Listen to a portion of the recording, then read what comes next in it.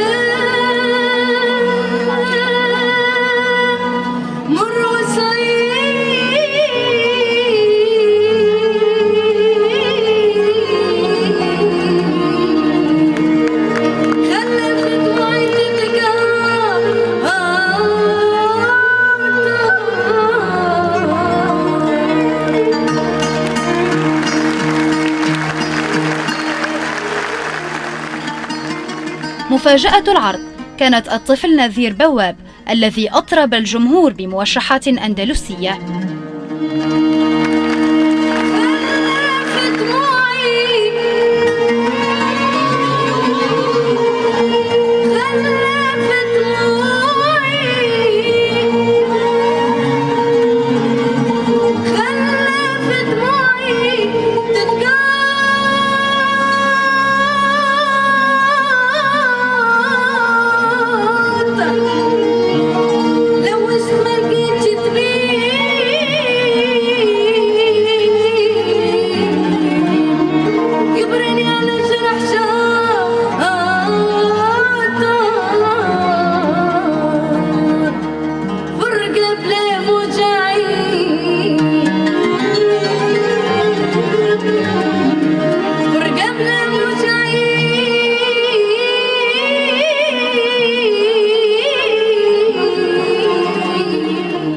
صعد على مسرح قرطاج لأول مرة وبكل ثقة، فتفاعل معه الجمهور وحياه في أكثر من مناسبة.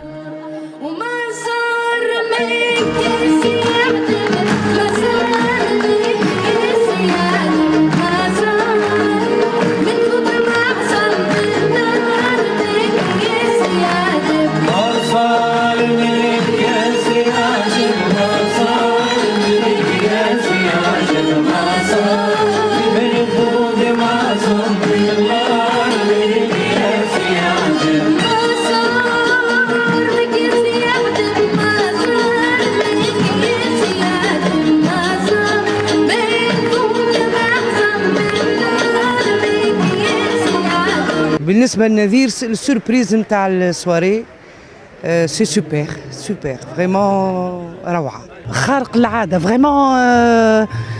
أنا ما نشكش في الذوق نتاع زياد غرسة، مادام هو قال اللي هو وليد باهي باش ياخذ المشعل عليه هو على الأستاذ لطفي بوشناق، دونك ما نشكش في الذوق نتاع شو اسمه زياد غرسة والحس نتاعو بيان سور يعرف يهب المصلي عني بيعلي ما شاء الله، يهب الخارق العادة.